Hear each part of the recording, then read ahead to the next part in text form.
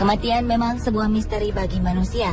Tak ada yang tahu kapan dan di mana seseorang akan menemui ajalnya. Mirisnya, terkadang kematian sebagian orang tak diketahui oleh keluarga serta orang-orang yang disayanginya.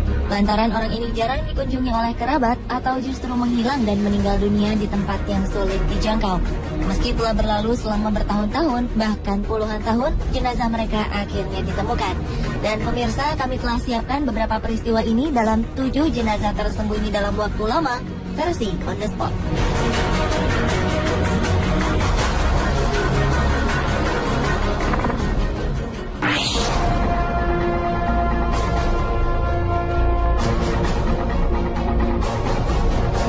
Jasad pendaki gunung asal Inggris ditemukan di puncak Matterhorn di pegunungan Alpen, Swiss 2013 lalu. Jasad ini muncul dari es yang meleleh. Keluarga mengenali jasad ini sebagai Jonathan Conville, seorang mantan serdadu yang hilang di pusat olahraga gunung dekat dataran tinggi Skotlandia 34 tahun lalu. Berkat pemeriksaan DNA, para ahli berhasil mengenali identitas pendaki yang dilaporkan hilang pada 29 Desember 1979 silam ini. Polisi Swiss melaporkan bahwa mereka menemukan kerangka manusia di sisi utara Matterhorn pada Agustus 2013. Mereka juga menemukan perlengkapan sang pendaki, termasuk kapak es, serta pakaian dengan nama belakang Jonathan. Atas penemuan ini, keluarga Jonathan, Melissa Conville dan Catherine Tay langsung terbang ke Swiss untuk memastikan identitas sang pendaki, serta diambil contoh DNA-nya. Kasus hilangnya pendaki di pegunungan Alpen beberapa memang belum terpecahkan.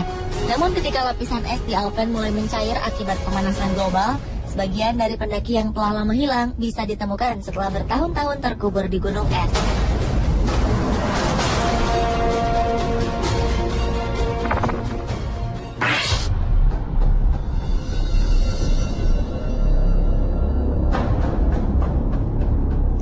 Enam jasad manusia terbaring di dasar danau di Oklahoma selama lebih dari 40 tahun.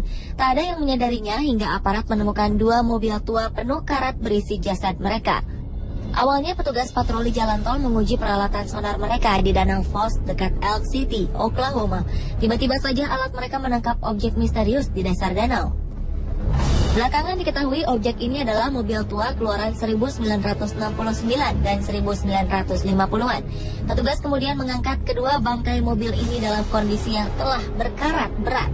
Yang lebih mengejutkan, di dalam mobil ini terdapat 3 jasad. Diduga ini adalah jasad remaja setempat. Mereka menghilang setelah bepergian naik mobil pada 1970. Di dalam mobil lainnya juga ditemukan 3 jasad yang diduga sebagai seorang pria berusia 69 tahun dan 2 temannya yang dikabarkan hilang di akhir 1950 atau 1960-an. Mobil yang ditemukan ini cocok dengan deskripsi kendaraan yang dikaitkan dengan hilangnya 3 remaja pada 10 November 1970 silam. Mereka adalah Jimmy Alan Williams, Thomas Michael Reyes, dan Leah Gail Johnson. Namun aparat belum mengumumkan kepastian identitas korban sebelum memberitahukannya pada pihak keluarga. Oklahoma Highway Patrol berharap temuan mereka bisa memberi petunjuk pada para keluarga yang pernah kehilangan anggota keluarga mereka beberapa dekade lalu.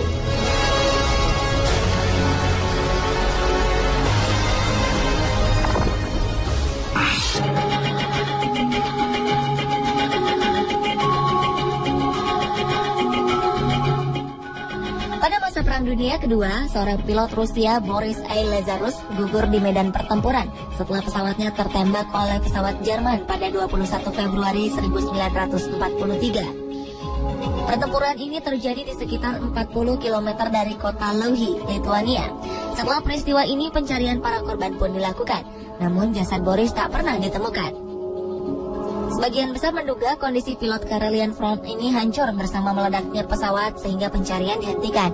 Di luar dugaan, 55 tahun kemudian, sebuah ekspedisi menemukan serpihan pesawat dan jasad Boris. Anehnya, jenazah Boris ditemukan tetap utuh dan hanya sedikit mengalami kerusakan. Jasad Boris kemudian dimakamkan di sebuah desa terdekat di wilayah Louhi-Chupa, Karelia. Foto-foto jenazah sang pilot pun kemudian terekspos ke media dan menjadi sorotan publik. Sebuah analisa ilmiah memperkirakan kondisi ini diakibatkan karena rawa tempat ditemukannya Boris kedap udara dan dipenuhi tumpahan minyak. Karena itulah jasad Boris tetap utuh meski ditemukan 55 tahun kemudian.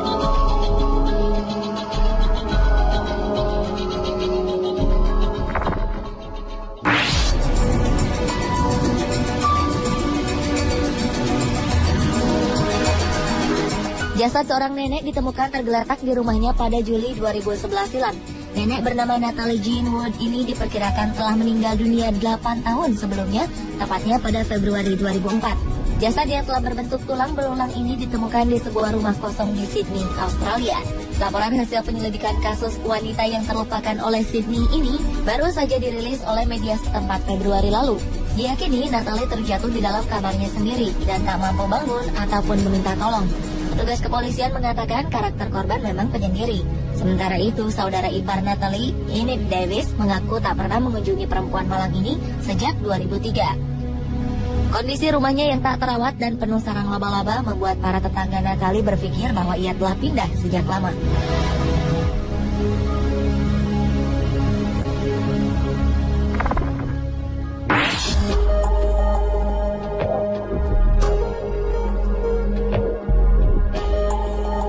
Setelah 27 tahun menghilang dan tak pernah terdengar kabarnya, seorang pria Amerika Serikat akhirnya ditemukan terperangkap di dalam cerobong asap sebuah bank. Pria Louisiana ini telah lama meninggal saat ditemukan.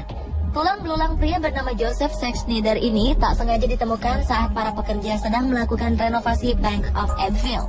Joseph dilaporkan meninggal pada Januari 1984 silam menjelang persidangan dirinya atas sebuah kasus kepemilikan kendaraan curian. Kepolisian pun akhirnya turun tangan untuk menyelidiki temuan ini. Petugas memperkirakan Joseph kemungkinan tewas akibat dehidrasi dan kelaparan setelah memanjat ke cerobong asap dan terjebak di dalamnya. Ketika dilaporkan hilang, Joseph masih berusia 22 tahun.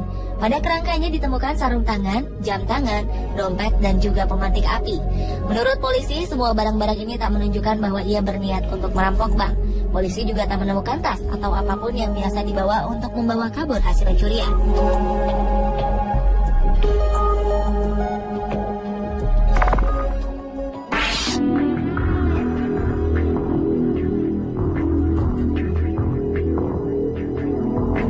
Tulang belulang seorang perempuan ditemukan di belakang dinding ruang bawah tanah mantan suaminya. Dengan menggunakan catatan gigi, kepolisian Poughkeepsie, New York mengidentifikasikan jenazah ini sebagai Joanne Nichols. Joanne dilaporkan menghilang sejak 30 tahun silam, tepatnya pada Desember 1985. Ia terbukti meninggal karena trauma benda tumpul di bagian kepalanya. Suami Joanne, James, menginformasikan pada polisi bahwa ia menemukan mobil istrinya terparkir di sebuah pusat perbelanjaan. James juga beralibi bahwa sang istri sempat meninggalkan catatan untuknya sebelum ia meninggal. Polisi akhirnya tak menemukan bukti keterlibatan James atas menghilangnya sang istri. Dan meskipun penyelidikan tetap berlangsung karena adanya penemuan ini, polisi tidak mungkin menghukum James atas dugaan pembunuhan pada sang istri lantaran James telah meninggal dunia tahun lalu.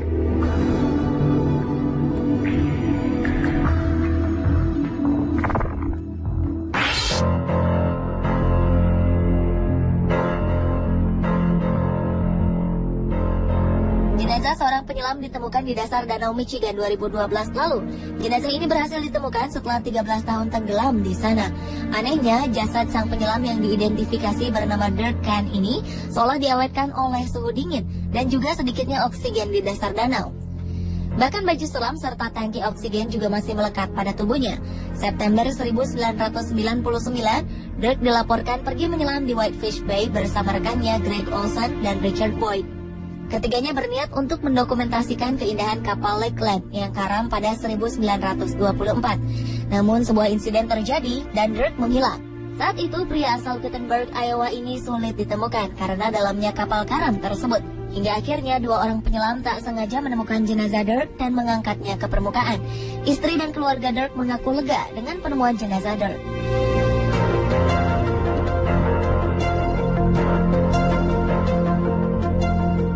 Pemirsa, inilah ketujuh jenazah tersembunyi versi On The Spot.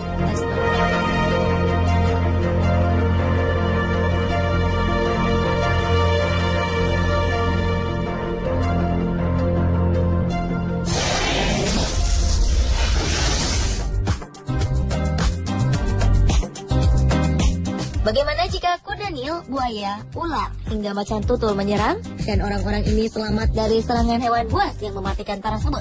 Saksikan kisahnya setelah yang satu ini hanya di On The Spot.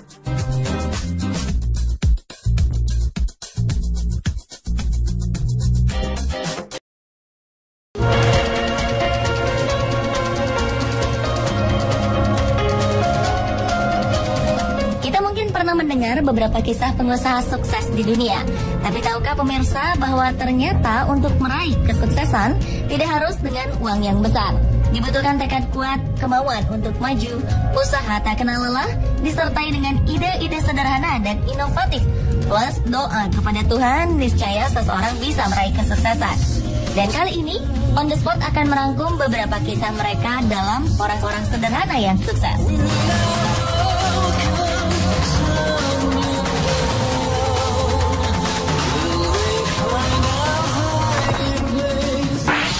It's the most beautiful time of the year. Lights fill the streets, spreading so much cheer. Keterbatasan biaya dan kurangnya fasilitas nyatanya tak mampu meredam impian dan tekad bulat seseorang untuk meraih kesuksesan. Seperti kisah Raini, gadis muda anak tukang beca. Ia berhasil wisuda dengan gelar lulusan terbaik. Segala keterbatasan Raini beserta keluarga tidak menjadi halangan baginya untuk terus mengejar impiannya menjadi seorang guru. Lulusan jurusan pendidikan akuntansi Universitas Negeri Semarang ini mendapat dukungan penuh dari keluarganya untuk terus berusaha mengejar impiannya. Sang ayah, Mugiono, rela pensiun dini dari pekerjaan sebelumnya hanya untuk mendapatkan uang pesangon demi membiayai kebutuhan perkuliahan anaknya dan memilih menjadi tukang beca. Tak hanya menjadi tukang beca, Mugiono juga menambah penghasilan untuk menafkahi keluarganya dengan bekerja sebagai seorang penjaga sekolah pada malam hari dengan bayaran 450.000 per bulannya. Melihat pengorbanan orang tuanya yang begitu besar untuk masa depannya, Raini tak menyia-nyiakan kesempatan. Ia berhasil merampungkan pendidikan S1-nya hanya dalam 7 semester dengan IPK nyaris sempurna, 3,96. The wise men follow the star, the way I follow my heart, and they led me to a hit the drink, take a look, watch the past go up and through. Di Sidoarjo, Jawa Timur, Iwayan Dendra sudah puluhan tahun hidup serba kekurangan. Namun semua ini tak membuatnya patah semangat. Latar belakang keluarga tidak mampu menjadikannya seorang pekerja keras. Dengan sifat mandiri, kreatif dan suka berinovasi, serta tekad bulat dan tanpa mengenal rasa malu, Dendra memilih menjalani profesi sebagai pemulung. Putra pertama dari 3 bersaudara pasangan almarhum Inengas Sateng dan Ninyoman Teke ini akhirnya berkecimpung di dunia barang bekas. Meski dibutuhkan tenaga ekstra, Dendra tetap semangat mendatangi sebuah pabrik hanya untuk mencari limbah dan sampah bekas. Namun siapa sangka usahanya ini membawa dirinya menjadi seorang pemulung sukses dan mampu mengumpulkan keuntungan hingga puluhan juta rupiah per minggunya. Bapak 5 anak ini tak merasa malu akan pekerjaan yang mengharuskan dirinya berkecimpung dengan sampah dan barang bekas. Tidak hanya itu, ia juga sukses menjadi anggota legislatif di Sidoarjo, menjabat sebagai ketua DPC sebuah partai dan juga sebagai koordinator pemulung di Sidoarjo.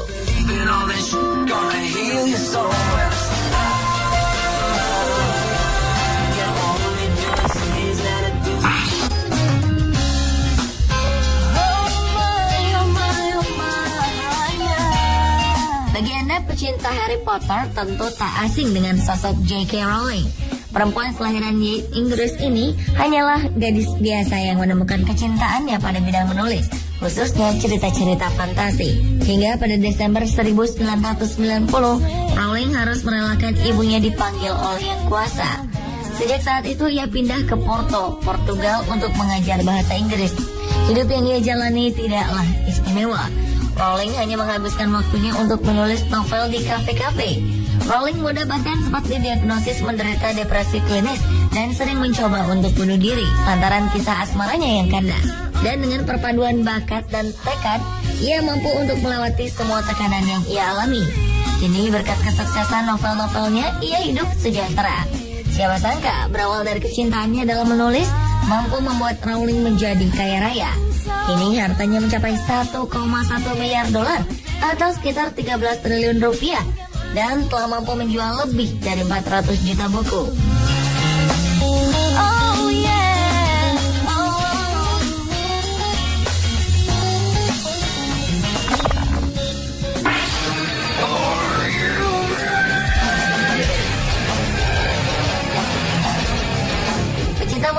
metal pasti tak asing dengan nama Ozzy Osbourne, vokalis band Black Sabbath yang juga dijuluki sebagai Godfather of Heavy Metal. Ternyata di balik karirnya yang cemerlang, Ozzy Osbourne melewati tahap sulit semasa hidupnya. Lahir di Aston, Inggris, Ozzy tumbuh dalam lingkungan yang jauh dari kata cukup. Bekerja sebagai pembuat perkakas, orang tuanya bekerja keras untuk menghidupi Ozzy dan 5 saudara kandungnya. Selain itu, Ozzy juga penderita disleksia dan tidak mampu menunjukkan prestasi yang baik di sekolah, sehingga ia lebih melirik ke kegiatan ekstrakurikuler seperti musik dan drama. Namun sayang, di usianya yang ke-15, Ozzy putus sekolah dan menjadi buruh konstruksi. Guna bertahan hidup, ia melakukan berbagai pekerjaan seperti menjadi tukang ledeng, pembuat perkakas, dan menjadi buruh di pabrik mobil. Pengalaman hidupnya ini membuat Ozzy membulatkan tekadnya meraih mimpi menjadi seorang penyanyi. Dengan usaha dan bantuan dari teman-temannya, Ozzy mampu membuat bandnya sendiri, Black Sabbath. Hingga kini Ozzy masih terus berkarya. Ia telah menghasilkan 9 album studio, 3 album live, dan single-single yang masuk di peringkat atas tangga lagu di Inggris.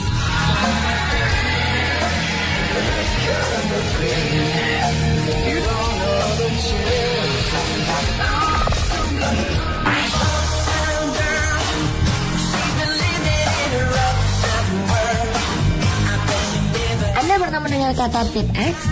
Cairan putih yang mudah kering ini menjadi alat tulis wajib para pekerja yang berkecimpung dalam bidang menulis. Alat ini mempermudah pekerjaan Anda tanpa harus mengetik atau menulis ulang saat Anda melakukan kesalahan. Gagasan awal munculnya tip X ini berawal dari seorang perempuan bernama Betty Graham yang bekerja sebagai sekretaris. Pada 1951, Betty bertugas mengetik dokumen-dokumen penting dengan menggunakan mesin tik. Tak jarang Betty melakukan kesalahan dalam mengetik yang mengharuskannya mengulang semuanya dari awal. Hingga pada suatu hari, Betty mengusung ide brilian dengan meramu cat putih dan kuas kecil. Betty mengoleskan cat ramuannya ini setiap kali ia melakukan kesalahan. Dan cat putih dengan kuas kecil yang ia beri nama Mistake Out ini sangat disukai teman-temannya. Seremoni ini membuatnya mendapat dorongan dari para kerabat. Hingga akhirnya Betty memutuskan untuk mendirikan usahanya sendiri dengan membangun sebuah pabrik Mistake Out. Pada 1972, usahanya mampu menjual setidaknya 5 juta botol Mistake Out setiap tahunnya. Dan menurut data, ketika Betty meninggal pada 1980, kekayaannya mencapai 475 juta dolar atau sekitar 5,6 triliun rupiah. Wow, siapa sangka kalau ide kecil itu bisa membuatnya kaya.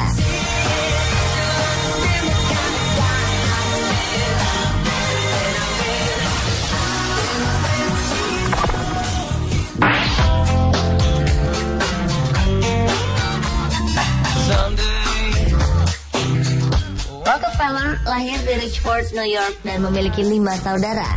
Keluarganya hidup sangat sederhana. Ayahnya adalah seorang pedagang keliling. Rockefeller kecil sering berjualan permen, bahkan menjadi pembantu di rumah para tetangganya. Setelah lulus dari bangku sekolah, Rockefeller mendapat pekerjaan di perpustakaan dengan penghasilan hanya $50 per 3 bulan atau hanya sekitar Rp600.000 pada saat itu. Di usianya yang masih sangat muda, Rockefeller merupakan pekerja keras. Ia selalu berpikir matang-matang sebelum bertindak. Setelah beberapa kali bekerja serabutan, ia akhirnya memiliki pekerjaan tetap sebagai asisten penjaga toko. Dan dengan tekad kuat untuk maju, ia memilih untuk mendirikan usaha bersama temannya, Maurice B. Clark. Keduanya membangun usaha kilang minyak yang dikerjakan secara manual bersama-sama dengan 2 karyawannya. Dari hasil pendapatannya, Rockefeller mampu membeli perusahaan Clark Brothers dan menamainya Rockefeller and Andrews. Terus-menerus menekuni bisnis yang ia bangun dari dasar, kini Rockefeller mampu mendirikan perusahaan Standard Oil dan menjadi miliarder pertama di dunia.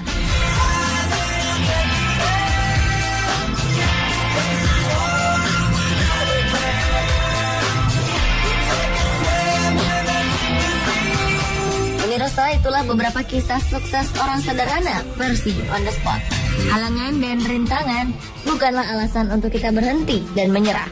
Disitulah tekad kita diuji. Jika orang lain bisa mewujudkan mimpi, sudah pasti kita juga mampu meraihnya.